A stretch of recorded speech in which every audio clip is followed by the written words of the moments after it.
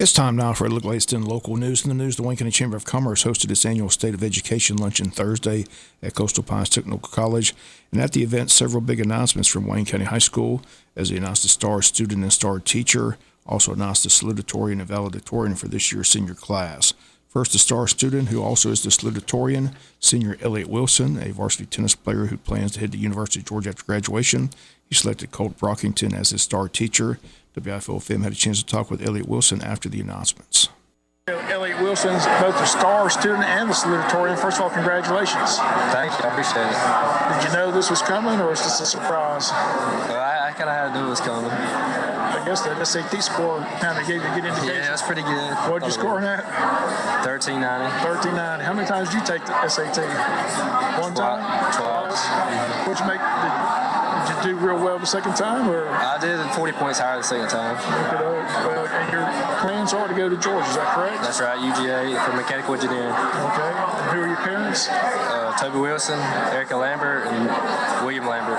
You've been on the tennis team, what? Just your senior year or 4 years? Senior year, so 4 years, yes, sir. So is that, I asked the other student, I asked you, what are some of your fondest memories through high school?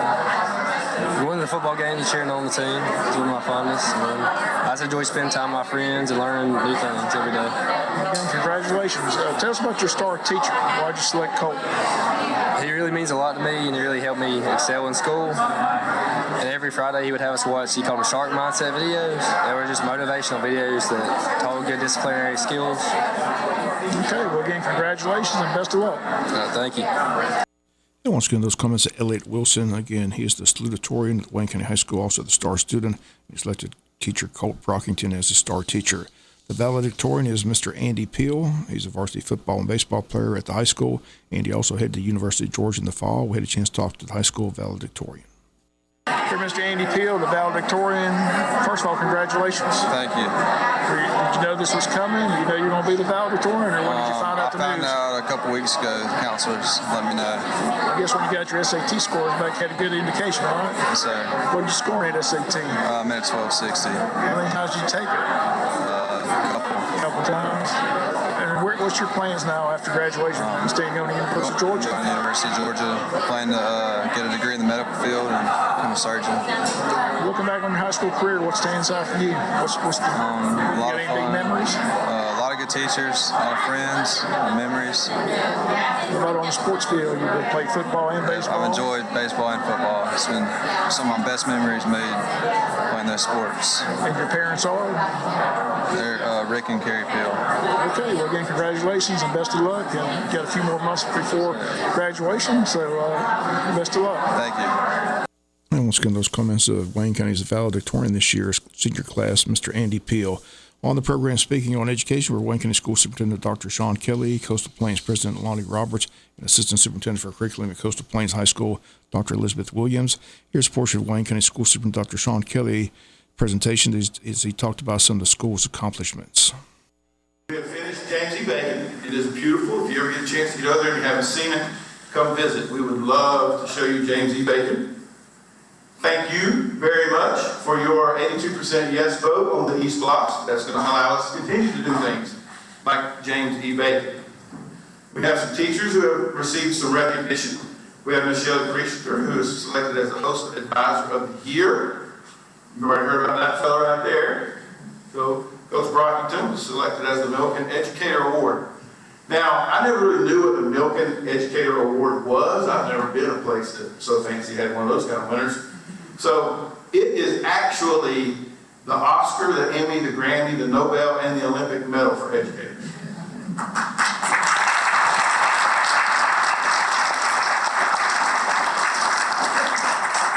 So congratulations, Coach. You're in the spotlight.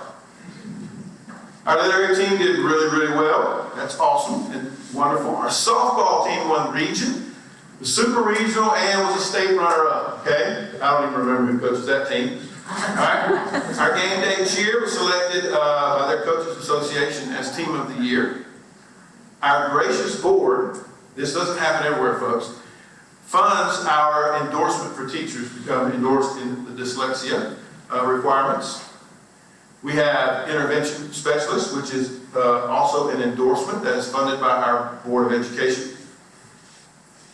We have a teacher in our school system that actually authored the intervention specialist endorsement.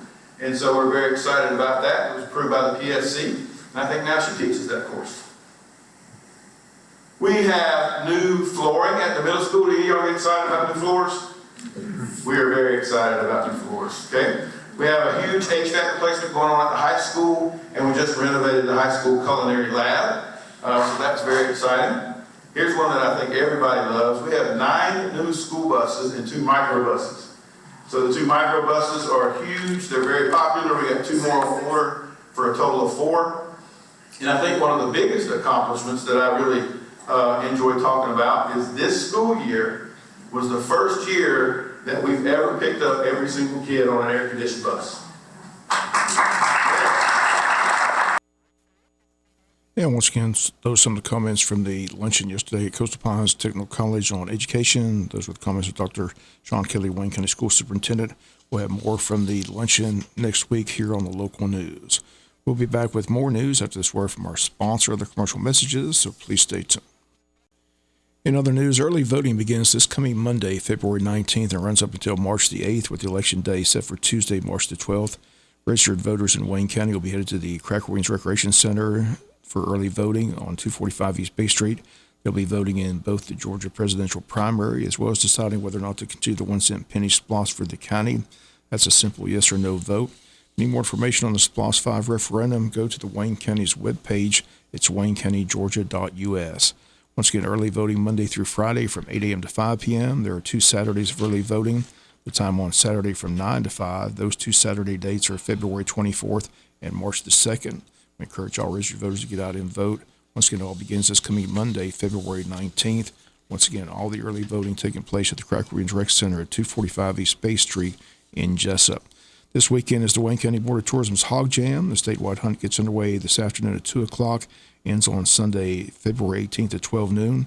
Registration for the hunt will close at 6 p.m. this afternoon at 6 p.m. with on-site registration available at hunt headquarters at the J.C. Fair building. Online registration is open through 2 p.m. today, with registration $50 for bow or gun hunters. And hunters can pay $100 to hunt in both categories. Once again, all that taking place this weekend. The Wayne County Board of Tourism's Hog Jam, February 16th through the 18th. Once again, you must be in weigh-in at 12 noon by Sunday or you're disqualified.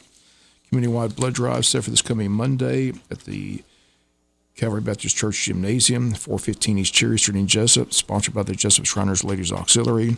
If you need more information or would like to schedule an appointment, visit the redcrossblood.org website, enter Jesup to schedule an appointment. Once again, walk-ins will be welcome. The blood drive set for Monday from 1 to 6 p.m. at the Calvary Baptist Church Gymnasium. We'll be back with some final news notes after this word from our sponsor, other commercial messages, so please stay tuned. Final notes in the news: Wayne County Superior Court in session this morning at 9 a.m. with a calendar call.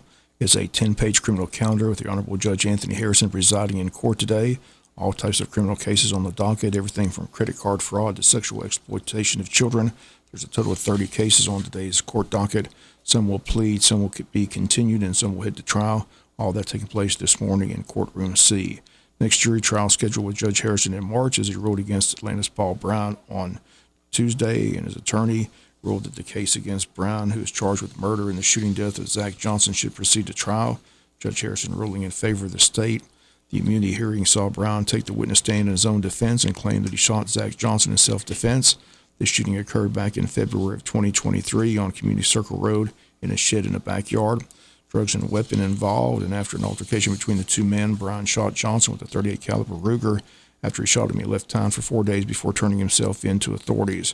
Brown testified that Johnson was the aggressor that evening and struck him first, refused to allow him to leave the shed, and Brown said he felt that Johnson was going to do bodily harm to him. Once again, Judge Harrison denying the argument of self-defense in the motion to throw out the murder charge. This case set for the March jury trial calendar. WIFO film will continue to follow the story as it develops. Brown has remained in jail since his arrest.